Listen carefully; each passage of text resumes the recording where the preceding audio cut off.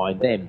Terry Thompson, Jordan Butler and Ben Parkinson make up row 10, while on row 11 you're going to find Dylan Jordan, Paul Adams and Ollie Chater. Stephen Davies, Mark Wellington, Dan Perkins will be somewhere at the back, and maybe we've got Rob Marley, Roy Brooks and Sam Osborne, but they didn't score a time yesterday, so I'm not quite sure if they're there, but I'm not going to worry about it now because I've got a green flag at the back, which means I've got a lady with a red flag saying watch the lights to a bunch of people who are all desperate to go racing. Who's going to get the jump then?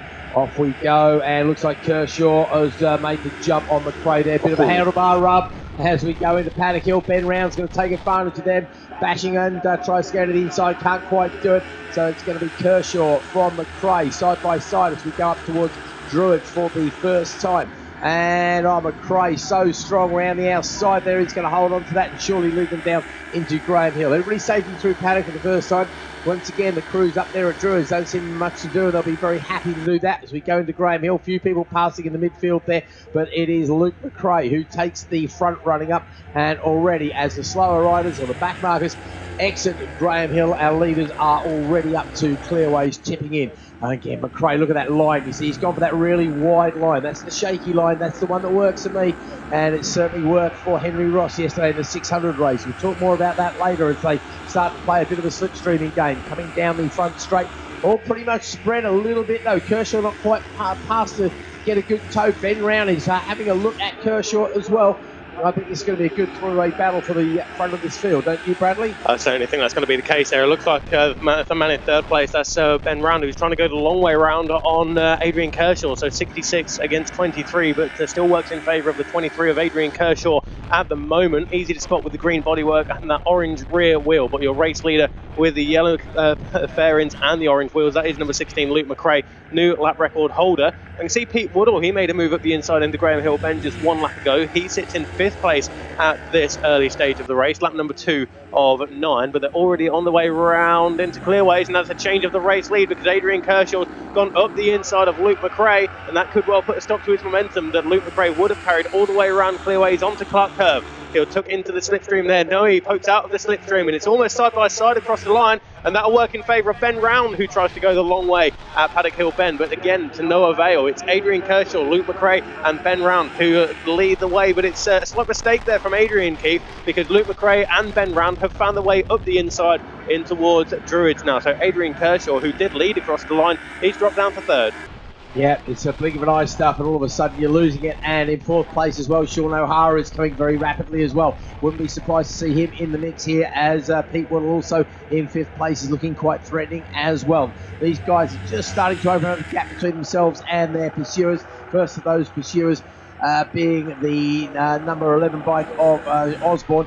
But he's not too far off the money. He's a lightweight, so maybe on the straight to be able to pick up a little bit. Ianson is leading the heavyweight, where's my heavyweight leader? It's Carter, Ian Carter there, leading the heavyweights at the moment, a few places back. Over the line we go once again, and this time it is McRae who leads Round and Kershaw. O'Hara, Woodall and Osborne, no change there at all. Then comes the next battle with Dello passing Ianson, Tucker, Sugden, Carter, Max McRae, Ashmead, Kearney, Dwyer. Ashmead going past on Kearney there. And looks like Tucker lost a couple of places as well as a couple of people found their way past there. Change of 3rd place, Sean O'Hara up the inside of Adrian Kershaw, but Adrian says no thank you, I'll have that back as he goes in towards Graham Hill Bend. But Sean O'Hara a little bit wide on the green stuff on the exit of Graham Hill Bend. They're heading towards Surtees now. That's where our race leaders are. That's Luke McRae ahead of Ben Round by 1/4 of a second on that previous lap. He's pulled it out by another 1/10 of a second in that first split, but Ben Round, he will carry the momentum all the way around Clearways. Look at him, as wide as he can possibly go, trying to cut it back through Clark Curve, but he's not going into the slipstream here, Keith. What's he thinking? No idea at all. You would have thought he'd be desperately trying to pick up a last little bit. Okay, he's a little bit fast, so don't if you pick up the dregs of the slipstream, but if you pick up 1,000 here, 100 there, that all counts towards the end. I tell you what, though, he's taken a good line through Paddock, because he definitely pulled back a couple of bike lengths on that particular move. And again, we're seeing what we saw yesterday, where McRae and Kershaw kind of extended the gap. This time it looks like it's going to be McRae and Round We'll wait and see. It only takes a slight wobble, of course. This pack is right back on you. Pete Woodall gained a tenth of a second on that previous lap, so that two-way fight for third position is now going to be a three-way fight. And Adrian Kershaw leads Sean O'Hara and Pete Woodall for that third place battle, but it is Luke McRae and Ben Round who once again find themselves up at Clearways, and looks like we've got a rider down up at Druids, Keith, unfortunately. So at least one half of it at Druids will try and pick up a number. Yeah. No, that's all good. I can see. I think we've got what I think maybe be two. Yeah. I can see one rider up and about, the other rider being attended to at the thing, and we got a red flag. I think, did I just tear? Yep, red flags have gone out. Right. Red flags are out, unfortunately. That's a shame. So where were we? 5 laps into a 9-lap race. I think that might be declared at 50%. I'm not 100% sure. Obviously down to race control. Not sure who we've lost up there, unfortunately. And of course the timing screens will now switch off, so we don't actually get a total indication of who that's gone wrong for, unfortunately.